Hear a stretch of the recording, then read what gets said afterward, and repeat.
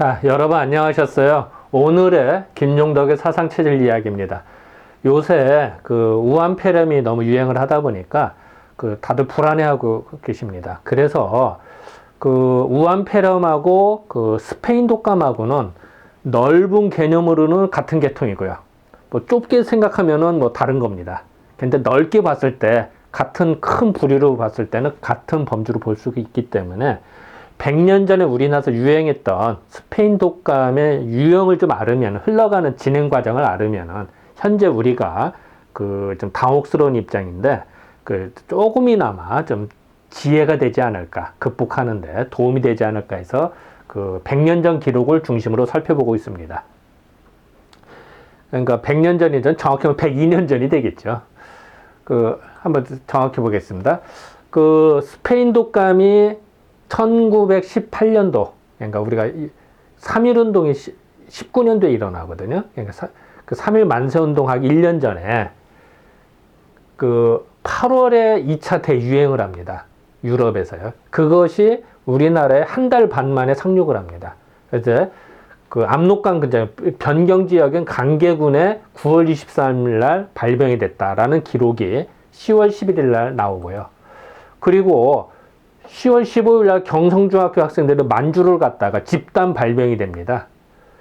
이걸로 봐서는 이 당시 만주나 변경 지역에 이미 많이 전파가 됐다라고 생각이 듭니다. 더 나아가서 그 다음날 원산에, 변경에서 드디어 원산까지 왔죠. 원산에 관청의 결근자, 그러니까 공무원이 반 이상 결석을 하는 거야.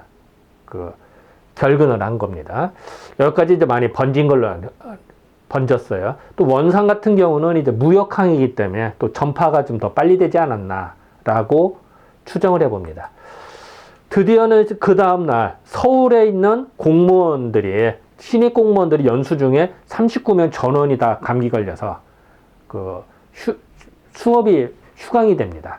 이런 사건이 터지니까 요 같은 날짜에 일어났던, 이 당시 유행성 독감으로 생각했거든요. 유행성 독감에 주의해야 된다는 안내문이 신문에 많은 분량으로 나옵니다. 그래서 오늘은 같은 17일 날 신문인데요. 유행성 독감 주의보 안내문인데 지금 분량이 좀 많습니다. 많지만 좀 일일이 살펴보도록 하겠습니다. 분량이 이 정도예요. 되게 많은 겁니다, 이게. 여기 나오죠. 모카. 현재 유행하는 독감은 조심하여야 한다. 이게 매우 이제 심각성을 느낀 거예요. 왜냐면은 관청에 근무하는 사람들이 반 이상 못 나오고 또 뭐 수업도 휴강할 정도가 되고 하니까 이렇게 나오고, 조심하여야 한다. 여기 나오네. 방이 너무 더워도 못 쓰고 약도 과하게 쓰지 마라. 뭐 이렇게 해서 있는데, 요런 문장들을 좀 더 이제 자세히 보도록 하겠습니다. 자, 여기 이제 요건 제목인데요. 모카. 현재 유행하는 독감은 조심해야 된다. 왜냐면 전염성이 강하고 많은 사람이 힘들어하니까. 자, 독감에 걸리면요, 감기에 걸리면 몸이 으시실 추워요. 추우면은 몸을 따뜻하게 해줘야 됩니다. 이마를 만질 때 열은 나고 열은 떠도요, 몸을 따뜻하게 해줘서야 한기를 물리쳐야 감기가 낫는다고 생각했어요. 특히 한의학에서는. 그렇기 때문에 특히 감기 걸리면은 막 의시를 춥거든요. 추우면서도 열이 나요. 그때 몸을 춥게, 너무 고열인 열을 내린다고 해서 뭐 얼음팩하고 막 이렇게 하면요, 한기가 더 들어와요. 그래서 감기에 더 독하게 걸리는 수가 많아요. 그래서 한의학에서는 몸이 으시실 추우면서 열이 날 때는 오히려 몸을 따뜻하게 해줘요. 몸이 열이 나는 약을 먹거나 이불을 두르고 따뜻하게 해줘서 이 열로써 이 한기를 물리치면은 감기가 낫는다 생각을 했어요. 그런데 문제는 너무 덥게 해서 땀을 뻘뻘 흘리고 너무 힘들게 하면 어떻게 돼요? 땀을 너무 흘리다 보면 사람이 지쳐요. 그래서 몸이 허한 사람들은 몸이 깔아지는 수가 생겨요. 특히 소음인들은 체질별로 이게 달라요. 태음인 같은 경우는 땀을 흘려도 괜찮은데요, 소음인 같은 경우는 땀을 와장창 너무 흘려주잖아요. 그러면은 몸이 깔아져 버려요. 그래서 되게 소음인들이 양약을 먹고 감기약을 먹고 땀을 흘렸는데, 감기는 나섰는데 몸이 깔아진다. 이런 사람들 있어요. 몸이 쉬어진다 그러죠.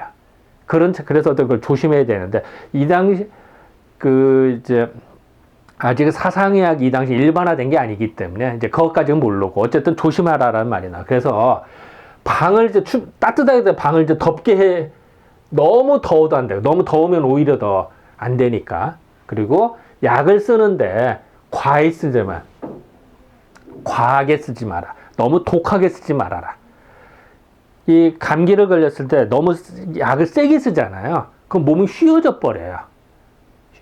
몸이 힘이 빠지고 쉬어지기 때문에 오히려 더 힘들어지는 수를 종종 봐요. 그래서 약을 쓸 때는 살살 달래준다고 할까요? 몸을 보양을 시켜주면서 감기를 잡아야지, 감기를 때려잡듯이 하다 보면 몸이 깔아지는 수가 많아요. 그래서 이상식을 느꼈나 봐요. 그래서 방을 넓게 너무 더워도 안 되고, 약도 세게 쓰지 마라. 과하게 쓰지 마라. 금년 가을철에는 급격한 변화가 많아서, 급격한 변화는 뭘까요? 일교차가 심했다는 얘기죠. 아침, 저녁으로. 그러면은 감기가 더 만연될 가능성이 높아집니다. 왜냐면 사람이 온도가 서서히 변화가 되면 적응을 하는데요. 더웠다 추웠다 확확 하면요, 사람이 감기 더 잘 걸립니다. 면역력이 떨어졌을 때. 그래서 어쨌든 급격한 변화가 많아서 감기가 각척에, 그러니까 곳곳에서 유행한다는데, 원산에서는 이제 벌써 이제 원산까지 상륙했다 그랬죠. 원산에서는 각 관청과 사무소에서 흠근자는 사실은 근무를 못하는 흠이 된다는 얘기예요.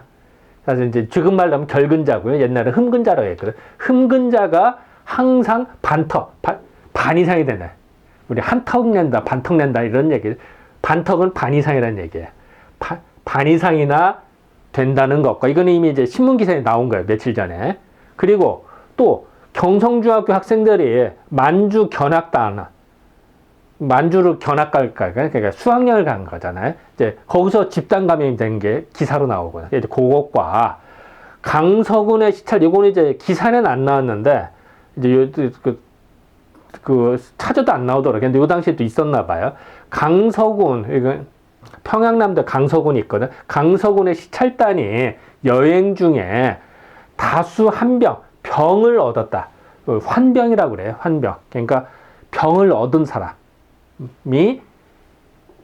내어서 병에 걸린 사람이 나와서, 이런 말이죠. 병에 걸린 사람이 있어서, 의역을 해서 병을 걸린 사람이 나와서 병 생겼다는 얘기죠. 병에 걸린 사람이 생겨서 곤란을 받았다만, 이제 일정을 제대로 수학을 못하고 어려워지니까 곤란하였다 하면 이미 이미 신문에 보도를 한 바다. 근데 여기까지 나오는데 강서군 얘기는 못 찾겠더라고요, 제가.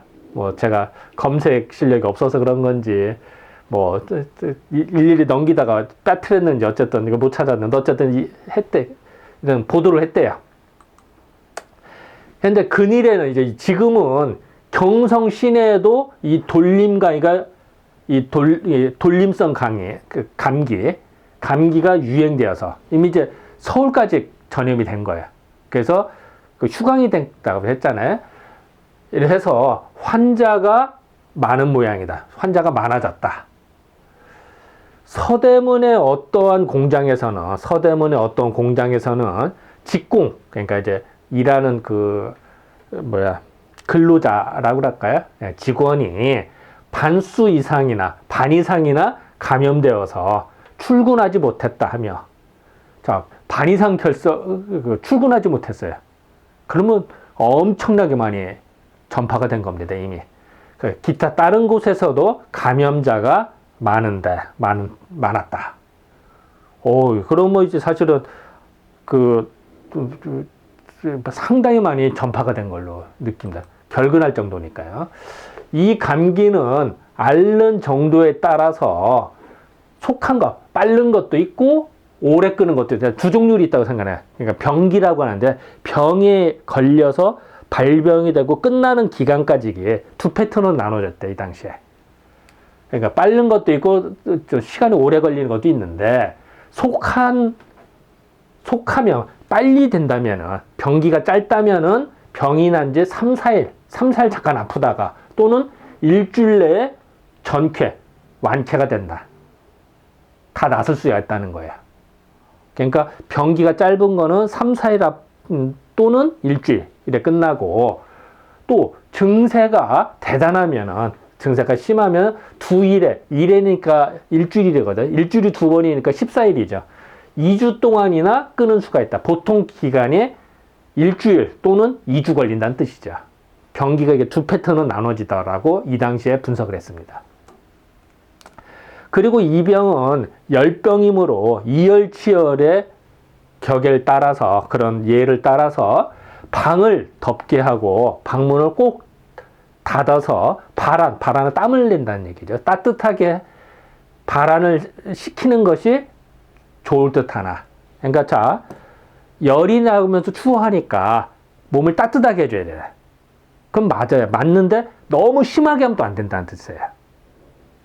이제 그 얘기를 여기서 하고 있습니다. 자, 볼게요. 너무 정도에 진하게 하면, 너무 적당히 해야 되도 너무 지나치게 하면은 환자가 도리어 해가 된다. 오히려 손해가 된다는 얘기예요. 적당히 해야 돼. 그런즉 될 수 있는 대로 환자의 방은 덥지도 않고 너무 덥지도 않고 또 너무 또 춥지도 않아야 돼요. 적당히 해야 돼. 참 애매한 말이죠. 근데 이 기준을 환자 기준으로 해야 돼. 그건 맞는 얘기예요. 우리가 예를 들어서 그 여자가 출산을 했다. 산후조리를 할 때도 어때요? 무조건 덥게 하거나 무조건 춥게 하면 안 좋죠. 산모의 기준에 따라서 산모가 더우면 더운 거고요. 추우면 추운 거예요. 보호자 기준이 아니라 산모의 기준에 맞춰서 방의 온도를 적정수로 맞추는 게 좋은 거죠. 산모가 땀을 흘려서 좋다고 해서 무조건 뭐 땀으로 뭐 목욕을 할 정도까지 흘린다. 그건 또 안 좋은 거죠. 지치니까. 적당히 가지고. 그래서 이때 기준은 산모 기준이듯이 마찬가지로 여기서 환자 기준으로 따져야 된다는 얘기죠. 그래서 환자 기준으로 적당히 온도를 맞춰야 된다. 이거는 지금도 그대로 응용이 가능한 겁니다. 또 이 병은 이름과 같이, 왜냐면 유행성이라니까 유행성은 전파력이 강하다는 얘기죠. 유행성이 단어와 같이 유행하는 기 때문에 집안 사람이라도 환자와 복금침, 복은 덮을복자, 금침은 이불이라는 얘기예요. 덮는 이불이라는 얘기예요. 복금침. 그래서 덮는 이불을 서로 같이 쓰지 않는 것이 좋으며, 예전에는요, 그 이불 하나 큰 거 같이 덮기도 많이 했어요. 뭐 지금은 뭐 각자 덮는 게 많습니다만 예전에 이런 일이 흔했거든요. 자, 같이 덮으면 어떡해요? 전염이 더 잘 되겠죠. 그러니까 이 당시에도 전염성을 알았기 때문에 이불을 같이 쓰지 마라. 침구를 따로 써라. 라는 것을 강조하고 있습니다. 뭐 지금은 뭐 당연한 얘기죠. 이불 따로 쓰는 게. 이 당시만 해도 같이 썼기 때문에 이런 주의사항이 있지 않았나라고 생각이 됩니다. 또 열이 왕성해서 열이 막 잔뜩 난단 말이죠. 열이 나서 냉수를 함부로 찾더라도 아이고 더우니까 막 냉수를 찾아요. 이때 얼음물을 먹으면 어떻게 될까요? 더 나빠진다고요. 답답하니까 환자는 찾을 수가 있는데 주면 안 되거든요. 냉수를 함부로 찾더라도 결단코 많이 주지 말며, 요럴 때 특징은 태음인의 경우는 얼음물을 먹어도 돼. 견딜 수가 있어요. 근데 소음인이 만약에 감기 걸려서 열이 날 때 냉수를 먹으면요, 몸이 확 더 깔아져 버려요. 더 나빠져요. 그러니까 조심해야 되거든요. 그러니까 이 당시에도 태음인, 소음인은 잘 구분을 못했어도 이런 걸 느꼈나 봐요. 그러니까 이런 주의사항이 있는 거예요. 그래서 냉수를 한 번에 찾더라도 절코 주지 말며, 끓인 보리숙룡은요, 옛날에 보리밥을 하고 나서 보리밥으로 밥을 하거나 누룽지가 생기잖아요. 거기다가 물을 넣고 끓여야 숭늉을 끓이는 거. 그게 보리숭늉입니다. 지금으로 따지면 보리차죠, 보리차. 지금도 보리차로 보리를 볶은 거를 끓이잖아요. 보리차입니다. 그러니까 지금은 보리로만 100% 밥을 하지 않잖아요. 그러니까 그게 많이 사라져 보리차가 쓰려고. 옛날에는 밥을 할 때 보리밥으로 했기 때문에 보리숭늉이라고 표현해서, 그러니까 지금 따지면 보리차로 의역을 했거든요. 보리숭늉을 끓인 거를 식혀두었다가 주는 것이 좋겠다. 이거는 지금도 권장할 만합니다. 어린아이들이 열이 뜨거나 이럴 때 우리가 흔히 보리차를 주거든요. 그러면 장도 다스려지고 온도도 다스려지고 이렇게 여러모로 좋습니다. 마찬가지로 그 성인 어른이다 하더라도요. 이제 병치레 하거나 이럴 때는 보리차를 주는 게 좋습니다. 냉수보다는 보리차가 훨씬 좋습니다. 더 좋다면은 보리차를 시원하게 주는 것보다는 따뜻한 보리차를 먹는 게 더 낫겠죠. 이왕이면은. 이거는 지금도 권장할 만합니다. 보리차 주는 거는. 그리고 또 잘 먹어야 됩니다. 힘들으면 안 돼. 사실은 여기 괴구라고 써 있는데 이게 사실은 저는 고기로 봤거든요. 이게 사실 의문이 좀 돼요. 요거는 이제 그 좀 더 찾아봐야 되는데 저도 시간을 다 못 찾아봤는데 저는 고기로 봤습니다만 기구의 고어예요, 사실은. 근데 기구하고 평야수하고는 상관이 없거든요. 뭐 집에서 사이다 만드는 것도 아니고. 그래서 저는 고기로 봤습니다만 고기가 있으면 이제 잘 먹어야 되니까. 근데 예전에는 평야수라고 해서요. 평야수가 옛날로 좀 사이다입니다, 사이다. 우리 먹는 사이다. 근데 고기 요리를 할 때 사이다를 좀 넣으면요. 고기가 연해져요. 부드러워져요. 소화를 도와줍니다. 그래서 지금도 시골에서는 밥 먹거나 소화가 안 돼, 고기 많이 먹어야 돼. 사이다를 일부러 먹어요. 그럼 소화가 잘 되거든요. 이제 그런 뜻으로 저는 봤는데요. 고기를 먹으면 이제 사람 잘 먹어야 되니까 고기가 있으면 이때 열병을 하다 소화력이 떨어질 수가 있어요. 그럴 때 사이다, 즉 평야수를 사다가 먹인다. 고기 먹고 사이다를 먹는다. 그러면 소화가 잘 된다는 얘기예요. 그래서 소화를 잘 시켜서 영양 보충이다. 영양 보충이 잘 돼. 그 기운으로 이기자. 이런 개념으로 봤습니다. 그래서 고기가 있으면은 사이다를 사다가 먹이는 것이 더욱 좋다. 이건 이제 잘 먹어라로 해석이 됩니다. 또 한편으로는요, 사이다를 또 너무 먹으면 몸이 좀 냉해집니다. 그러니까 적당히 먹어가지고 많이 먹는 것도 좋은 건 아니죠. 또 고기 먹을 때는 좀 좋은데, 뭐, 채소만 먹을 때 사이다 먹는 건 좀 별로겠죠. 그래서 연로인하야, 연로한 노인이, 이럴 때 이렇게 쓰거든요. 그 나이가 많은 노인이 구미가 없어. 구미는 입맛입니다. 입맛이 없어서 그 노인이 감기 걸리고 힘들으면 밥맛 없으면 안 먹게 되거든. 못 먹으면 몸이 더 약해져요.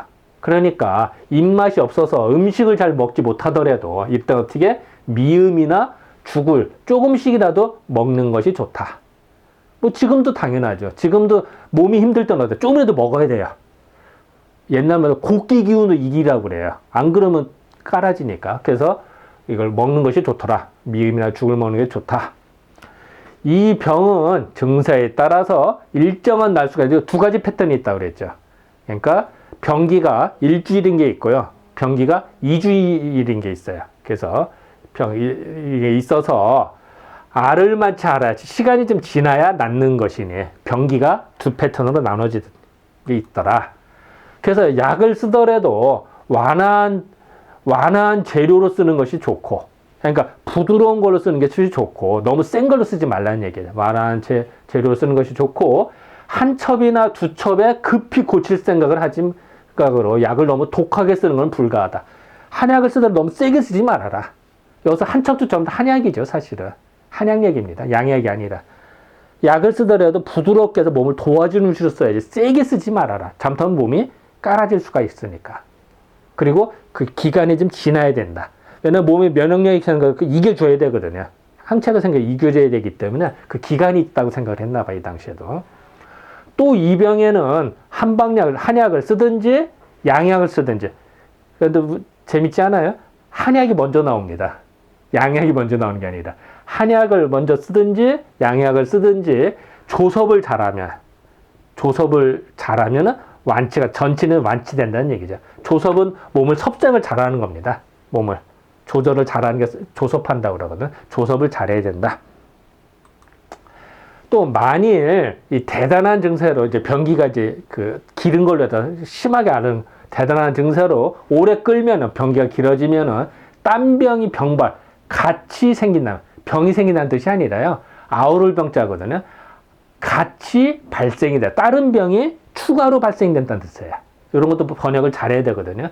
그래서 다른 병이 같이 발병이 되어서 기관지염이 되기 쉽고 또 기관지염이 오래되면은 폐병이 되기 쉬우니. 지금도 우한폐렴도 그런. 자, 만일 대단한 증세로 오래 끌면, 그러니까 병기가 두 개가 있는데 이제 더 길어지면은, 오래 끌면은 다른 병이 병은요, 아우를 병자입니다. 이럴 때는 질병병자가 아니라 다른 병이 같이 발생이 되다. 다른 병이 플러스 알파가 된다는 얘기죠. 첨부가 돼서 플러스 알파가 되어서 기관지염이 되기 쉽고, 또 기관지염이 오래되면 폐병이 되기 쉬우니. 자, 이 당시는 감기 걸렸다. 이게 기관지가 약하면 기관지염, 그다음 폐병이 심해지면 사망, 이렇게 되는 겁니다.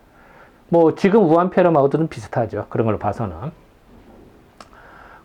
그래서 요런 게 되는 걸로 이제 인식을 했어요.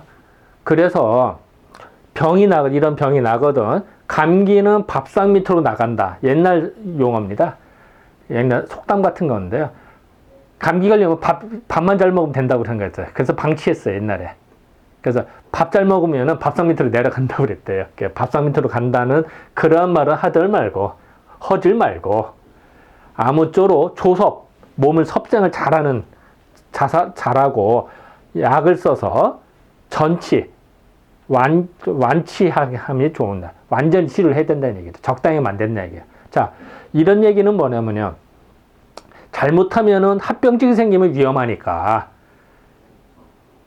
방치하지 말고 몸을 섭생을 잘해라. 그리고 완전히 다 치료를 해라. 적당히 하지 말아라. 라는 거를 강조하게 되죠. 그래서 건강한 사람이라 할지라도 잘 때 금침 이불입니다. 이불을 잘 덮게 하고, 야기는 밤의 기운인데요. 우리가 자다 보면은 이불 차버리면 선뜻 추울 수가 있잖아요. 그게 야기입니다. 밤의 기운. 그래서 이런 찬균이 들어오면 이제 감기가 더 심해지거든요. 특히 그래서 이제 모기 차가우면 안 되는데요. 그래서 옛날 우리 어머니들이 아이가 잘 때 이불 차면 항상 이불 계속 덮어주거든요. 따뜻하게. 아이는 이불을 차기만 하지 덮지를 잘 않으니까. 그러면 아이들이 감기 걸리거든요. 그래서 어머니들이 그러셨고요. 또 이불을 이렇게 내리고 차버리다 목이 차가워져요. 그래서 목을 항상 따뜻하게 했어야 돼요. 그래서 얇은 스카프라든지 목도리 이런 걸 해서 목을 따뜻하게 하는 게 지금도 중요합니다. 이거는. 지금도 권장할 만합니다. 그래서 이 당시에도 항상 이불을 잘 덮어라. 이유는 찬기운에 노출되지 말아라. 이런 의미겠죠. 지금도 응용이 그대로 될 수가 있습니다. 그리고 주의함이 가하다. 이거 옳다. 어떤 의사가 이런 말을 했다. 의사의 말을 이제 기록을 한 겁니다. 자, 지금까지 말한 것들을 좀 정리를 해보겠습니다. 이 당시 이제 신문 기사에 나온 걸로 봐서는, 두 가지 패턴이 있더라. 병기가. 하나는 짧은 게 있고 길은 게 있다. 짧으면 다행인데 길으면 몸이 힘들어서 당할 수가 있겠죠. 이건 조심해야 된다. 두 가지 패턴이 있다라는 걸 생각을 했고요. 그리고 열이 날 때는, 한의학에서는 열이 날 때, 몸이 의식을 추우면서 열이 나니까 일단 몸을 따뜻히 해줘야 된다. 그건 맞는 얘기예요. 그렇다고 해서 너무 지나치게 하는 건 안 좋다는 거죠. 그래서 적당히. 그래서 표현을 이열치열을 하는데 너무 덥거나 또 그렇다고 너무 춥게도 안 되고 적당히. 이 기준은 환자 기준으로 해야 된다. 보호자 기준이 아니라. 그리고 유행성이 너무 강하다. 그래서 이 당시에는 같은 입을 쓰지 마라. 뭐 지금은 이게 해당이 안 되겠죠. 지금 따지면 어떻게 될까요? 수건을 따로 써라. 방을 따로 써라. 숟가락 따로 써라. 이런 식으로 얘기를 하겠죠. 지금도 그대로 그러면 통용이 되는 얘기죠. 유행성이 강하기 때문에 같은 걸 쓰지 말아라. 이런 말이고요. 그리고 냉수를 먹으면 탈이 날 수가 있으니까 보리차를 좋다. 지금도 이거 그대로 응용이 가능합니다. 그래서 이왕이면 따뜻한 보리차가 더 낫겠죠. 그건 매우 좋은 겁니다. 그리고 잘 먹어야 돼요. 이럴 때. 소화가 좋아야 돼요. 그렇기 때문에 고기를 먹을 때는 사이다를 좀 먹어주면 도움이 되더라고요. 이 당시에. 왜? 소화를 좀 촉진시켜주고 고기를 부드럽게 해주니까. 지금도 응용이 가능한 겁니다. 그대로. 그리고 노인은 나이가 들으시면은 밥맛이 떨어지기 쉬운데, 밥맛 없다고 안 먹으면 더 안 된다. 잘 드셔야 된다. 그래서 대체적으로 미음이나 죽을 권장을 했다. 이거 말고도 다른 게 있으면 더 좋겠죠. 어쨌든. 그래도 잘 먹어야 된다. 뭐 지금도 그대로 통용이 됩니다. 그리고 약은 너무 세게 쓰지 말아라. 너무 세게 써서 오히려 몸이 쉬어질 수가 있다. 그래서 약을 쓸 때는 몸을 잘 섭생을 하면서 이제 그 부드러운 약으로 쓰는 게 좀 좋겠다. 그래서 몸이 스스로 그 항체가 생겨서 그 스스로 면역력이 생길 수 있도록 그 정도를 도와주는 식이 낫지 않겠냐. 이 당시에도 그렇게 생각을 했나 봐요. 지금도 그대로 저는 이래야 된다고 저는 생각을 합니다. 그리고 이것이 아차 잘못하면은 기관지염이나 폐렴으로 전이가 된다. 그러면 잘못하면 사망이다. 이런 가능성을 얘기했고요. 아까도 해서 이불을 잘 덮어라. 밤에 찬 공기 조심해라. 이거는 지금도 그대로 적용이 돼요. 그래서 한밤중에 특히 이제 그 저기압일 때라든지 한밤중에 뭐 그 안개 꼈다 이럴 때 그 운동한다. 뭐 그렇게 새벽 공기나 찬 공기를 많이 마시는 거는 한의학에서는 좋아하지 않습니다. 왜냐하면 그게 폐를 많이 상할 수가 있거든요. 그래서 어쨌든 밤에 그 찬 공기를 많이 마시는 거는 조심하자. 뭐 그대로 적용이 됩니다. 뭐 예전에 이렇게 이제 약을 적겠죠. 뭐 어쨌든 예전 모습도 하나 있었고요. 아까도 했으면 얼음물은 조심해야 돼. 이제 사진을 좀 뭐 이게 더 재밌는 것 같아 이걸 넣었는데요. 어쨌든 그 열이 난다고 얼음물 먹는 거는 매우 조심해야 된다. 따뜻한 보리차가 더 낫더라. 그래서 이런 따뜻한 보리차를 먹어야 돼. 그래서 일부러 보리 사진을 넣었고요. 그래서 아까도 말씀드렸지만 잘 먹어야 돼요. 이 우한폐렴도 마찬가지로 걸리면 일단은 몸이 건강해야 돼요. 잘 먹고 충분한 휴식을 취해야 됩니다. 그대로 적용됩니다. 잘 먹자. 몸보신을 잘해야 돼요. 물론 이 중에는 음식도 잘 먹어야 되고요. 뭐 몸을 보강하는 한약을 먹는 것도 하나의 방법이고요. 그래서 잘 먹어야 돼요. 그래서 건강해야 됩니다. 그리고 아까도 얘기했습니다만 목을 따뜻해야 됩니다. 이건 지금도 그대로입니다. 그래서 뭐 마스크 하는 것도 중요하고 또 목도리를 하는 게 아주 중요합니다. 지금은. 그래서 목을 춥게 하면 특히 잘 때 입을 차버리면 안 좋다. 요걸 항상 강조를 하고 싶습니다. 그래서 결론은 이불을 잘 덮자. 이유는 목이 차고 오면 안 되니까. 찬바람이 쏙 들어오면 안 되니까.